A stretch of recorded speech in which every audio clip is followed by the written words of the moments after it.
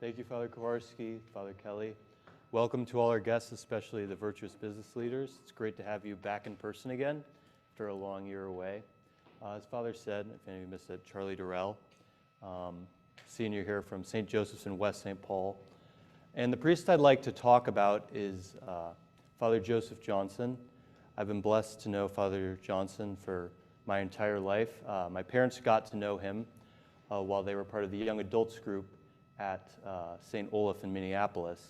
And so he's been in and out of our family for quite some time now. And it really has been a blessing to get to know him. And when I was thinking about why he's my priest hero, it really boils down to that he's been a spiritual father for me. And it's kind of hard to articulate how someone, takes on that role as a spiritual father.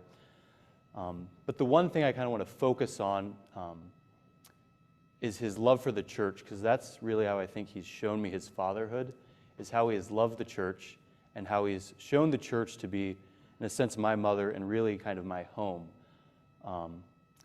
The main way in which I think Father Joseph really shows his love for the church is living out the evangelical counsels of poverty, chastity, and obedience. I think it's something that's very easy for the diocesan priest not to do.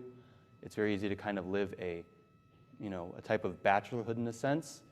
But Father really lives his life as though he's given, which is something that really inspires me and something that really attracts me to the priesthood.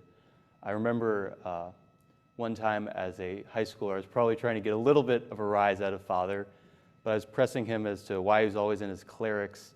He'd be leading us on pilgrimages, on hikes, or playing sports with us.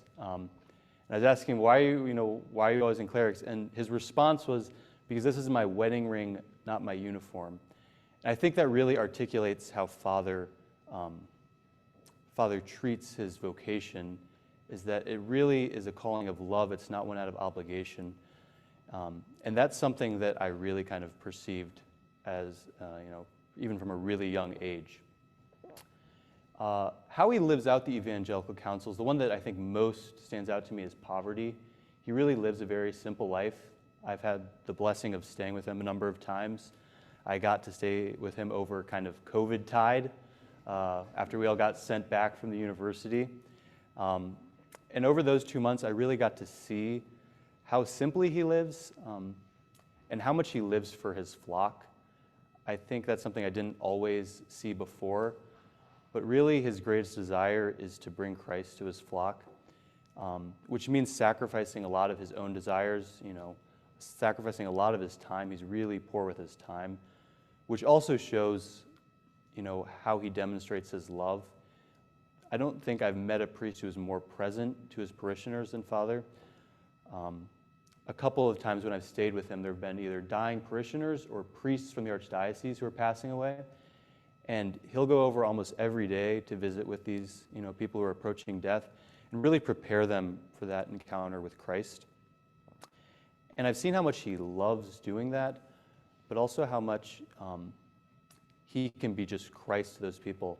There are a couple priests who I have in mind where, they were really kind of struggling as they got to the end of their life. And when Father would come and visit them, it would just be this, beautiful presence and witness to them of the love of Christ. And then, in regards to obedience, the way I've seen it most present is, I guess, how Father throws himself wholeheartedly into whatever he's asked to do.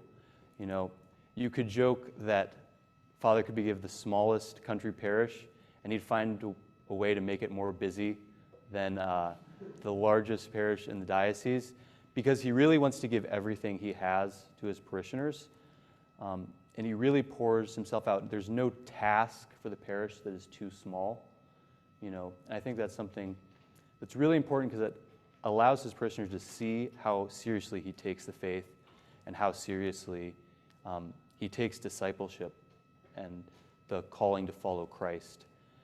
And so I think for those reasons, his love that he's shown for the church, love he shown for his flock, Father's really been a great example of what a priestly calling looks like, and it really has allowed me to say yes to that calling and to follow that. So that's why Father has been my priest hero. Praise be Jesus Christ. Now